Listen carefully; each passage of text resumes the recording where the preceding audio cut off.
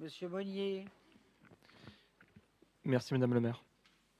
Le 14 juillet 2019, face à la saturation annoncée du nouveau groupe scolaire Samuel Wallis 1, pourtant ouvert depuis septembre 2018, vous demandiez au conseil municipal de vous autoriser à construire une annexe provisoire de 8 classes et de 4 classes d'accueil de loisirs pour 3,8 millions d'euros.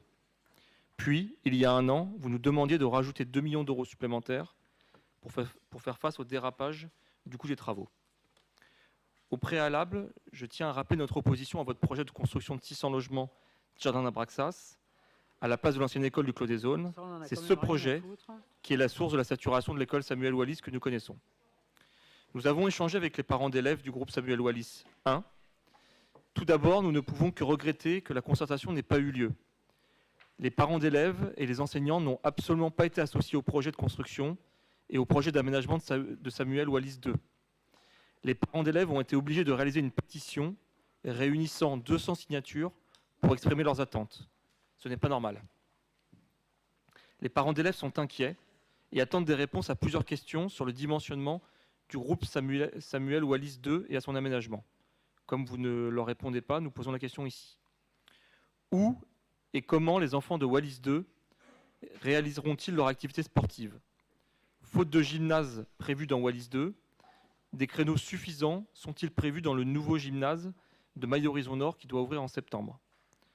Ceci, sachant que les horaires dédiés à la pratique sportive à l'école ont vocation à augmenter.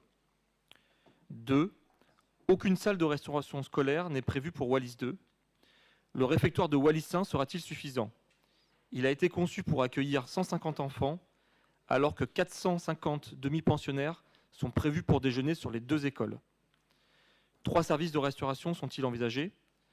Est-ce compatible avec le bien-être des enfants? Troisièmement, des parkings sont-ils prévus sur Wallis 2 ou à proximité pour les enseignants et les personnels de mairie affectés à la nouvelle école?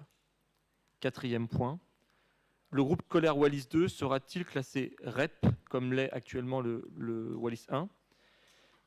Et le groupe Wallis 1 risque-t-il d'être déclassifié de REP? Et qu'avez-vous prévu pour faire en sorte que le nouveau groupe scolaire soit attractif pour les familles et ainsi favoriser la mixité sociale? Enfin, compte tenu des constructions en cours sur Maille-Horizon Nord, sur le quartier des Baeurs, sur la première et seconde tranche des Jardins d'Abraxas et peut-être bientôt sur Maille-Horizon Sud, quels sont les effectifs scolaires prévus sur ce secteur? Merci par avance. Monsieur Monnier, à la lecture de votre question, je me suis dit que vous aviez vraiment une piètre opinion de nous, mais ça, je n'en doutais pas. D'ailleurs, je ne sais même pas pourquoi je me la pose, la question. Mais peu importe, puisque vous allez jusqu'à imaginer que nous allons construire l'annexe d'une école sans possibilité pour les enfants de déjeuner et de faire du sport.